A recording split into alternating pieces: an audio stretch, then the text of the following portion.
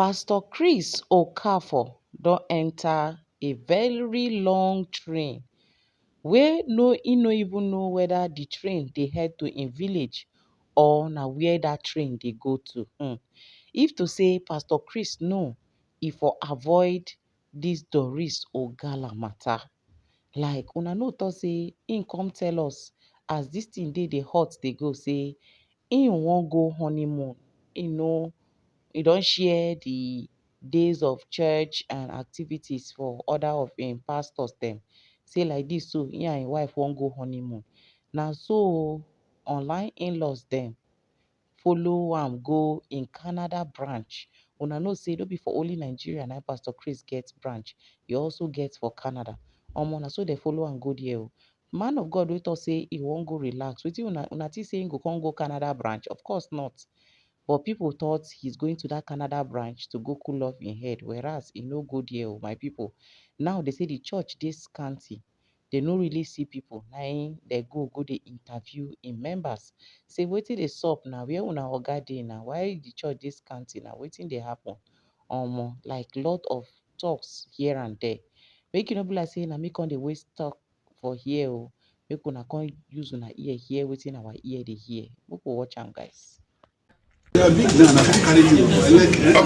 so sir, introduce yourself because we need to also take a phone and record because they are recording us. He has a glasses that is recording, so he's recording. So and he said he's from this organization, and immediately, yeah. So I told him that he said he was asking me some questions. And I said, well, when you want to do that, today is a service day. Yeah. Normally, if you want any kind of audience, you will write to us. Yeah, we'll have an appointment. We'll fix an appointment. Any question you want to ask, we'll answer you. Okay. If that's what you want, then maybe you can transfer, get your correspondence and how to write you. You want that? No, you got the correspondence to come here now. Yeah, since you said I have to. The way you got here, write that same way. Okay. Yeah. I think I have to, maybe there is an address. I know I have the address here, but addressing to you as a person I want to know. There's no any question. I'm a fact-finding mission. There's a question you asked me there. Yeah. What was the question? I said, is this church an extension of Pastor Chris Okafor's church? Okay, so when you have something that you came with, an information you came with, use that same information to write to us. You came here, you came here through a means. Use that means. Okay. We'll attend to you. We'll attend to me. No problem. There's no problem. I've given you my card, so I was not hearing. And I drop my phone number. I noticed you were recording because you didn't inform. This is Canada. In Nigeria, that's what you say. This is Canada. I have the freedom. I have the freedom to do that, right? No, you don't have. I have the freedom. No. I have it. I have the freedom to make a record. Information by consumer protection. He's wrong. I have a register. I have it. This is done. We don't want to this. This is done. Now listen carefully. The strength of Doris Ogala is the silence and refusal to admit guilt of Pastor Chris. If Pastor Chris Okafor can admit and say, yes, I dated her, because it's evident that they had this is a woman who was dating a pastor that was divorced. The pastor was not married, he was divorced. Are you get what I'm saying? And they started having sex, which is a sin against God. Pay attention, please. It is a sin. So as a pastor, you shouldn't be doing that. But it happened. There is nothing we can do about it. Are you get what I'm saying? It has happened. And now you told the pastor that your childhood friend wants to marry you. The pastor said, go ahead. You married your childhood friend. And while you were in that marriage, you say you didn't have feelings for the man. You left the man and went back to the pastor. You and the pastor continued the relationship again. Some things happened. You and the pastor broke up.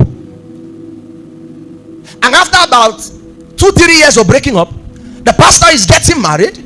And you are mad, ravaging mad on social media, dragging this man of God. I understand that the society places so much weight on men of God, and that's the problem. We see pastors as God, we see pastors as perfect people. Sorry, your pastor is not perfect too. I I am not planning to misbehave, and God will help me by discipline. I will not mess up. Are you getting what I'm saying? However, pastors are human beings, and the best of God's men are still men. Now, the pastor is being dragged left, right, and center. This is a direct message to Dr. Chris Okafor. If I was to sit with you, Dr. Chris Okafor, I will advise you. Come out on a Sunday morning after delegation with your church elders and committee. Come out on a Sunday morning and tell the church, yes, I dated her. Yes, we had sex. It was a season of my life. I messed up and I own up to it. Let your church be aware that their pastor has said it, that whatever the lady is accusing her of, it is true. Apologize to the church. If it will take him down to step down, even though this thing happened years ago, let him step down for a while. Someone else should take over. Are you hearing what I'm saying? Let the man put himself under retreat. If he's to subject himself for deliverance or whatever, at least for a season. If not me, now what I go do? Say me, Pastor Ben Michael Jesu. Somebody come they drag me now based on what and what. You should know the kind of pastor you have. In fact, before it will come on social media, and I make a first call tell you. You know I can do that. I will come and tell you that. Am I talking to people here? Yes, sir. I will come out and I will tell you that. See, Pastor Ben did this, and this. So, I'm not supposed to do this. Now listen carefully. The strength of Doris of Gala is the silence and refusal to admit guilt of Pastor Chris. If Pastor Chris Okafor can admit and say, yes, I dated her, because it's evident that they had a relationship. Are you getting what I'm saying? It's evident they had a relationship. But if I was the pastor, I will come out on a Sunday morning and tell the church, yes, I had a relationship. Yes, we had sex, but we broke up on this ground, and this ground. She wasn't forced. Every sex was consensual. Listen carefully. Dating a woman for 3 years and for 7 years and decide you're not going to marry her is not a crime. So Pastor Chris Okafor has not committed a crime, but he has committed sin. Are you getting what I'm saying? Let him settle it with God, and he should talk to the church publicly that, see, I did it. You will see that the power that Doris Ogala have over him will be limited. God hates sin. He does not hate the sinner. Every sinner is answerable to God. God's interest is that you go and sin no more. Shall we continue to sin so that grace may abound? God forbid. God hates sin with passion, and so as children of God we must hate sin with passion. There is no grace that gives us license to sin. But when we sin and we recognize that we have sinned, we come to God and we decide not to go back to it, then that's the step in the right direction. Now hear this. God is the forgiver of sin. And when a man is forgiven of his sin, there is nobody on earth that has the capability and capacity to impute the sin against the man that have been forgiven by God. There is no such clique or body or organization or father in the Lord that have the capacity to wash your sin clean and free you. I hate selective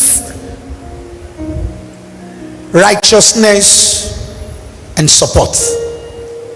When in this country a pastor was accused of rape, it was very high in this country. Everybody was talking, including the then president's wife put his mouth on that comment.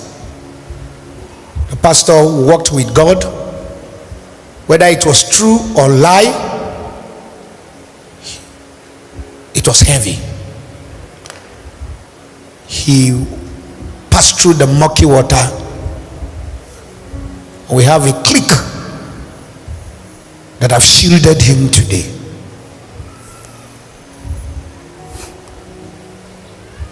For whatever reason, but I submit to them, whatever. It does not exonerate anybody who is criticized to be more righteous than another. We should be very careful of how we treat the sinner that have been forgiven by Christ because he's not in our clique. Every soul is precious to God. When I hear people say some pastors are looking for approval, not me. For what? It's one of the worst level of inferiority complex to look for a man to approve me when I'm approved. I've passed that 20 something years ago. I'm just one man that will speak truth the way it is. I don't care. So let's be very careful. Once somebody sin in your clique and is forgiven, and another person sin in another clique and is not forgiven, it's spiritual criminality. It's not holiness. It's not righteousness.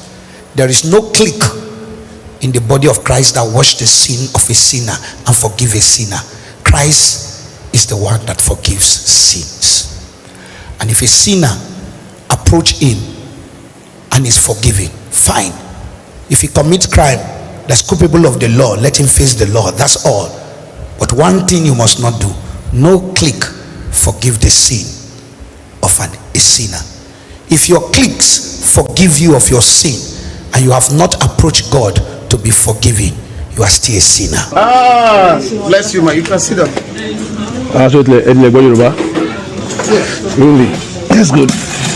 1, 2, Okay, so 3, 4, 5, 6, 7, 8, 9, 10. Hold on.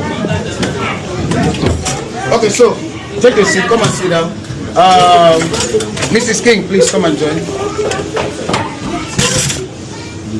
You can come. Just sit down. 42, 43, 44, 45, 46. My people, now so Pastor Chris take enter one chance. So hey God, I beg. Different story every day, evidence here and there, drama upon drama. Make una come, make we interact. Do well to give the video a massive thumbs up. Stay safe out there. Bye for now.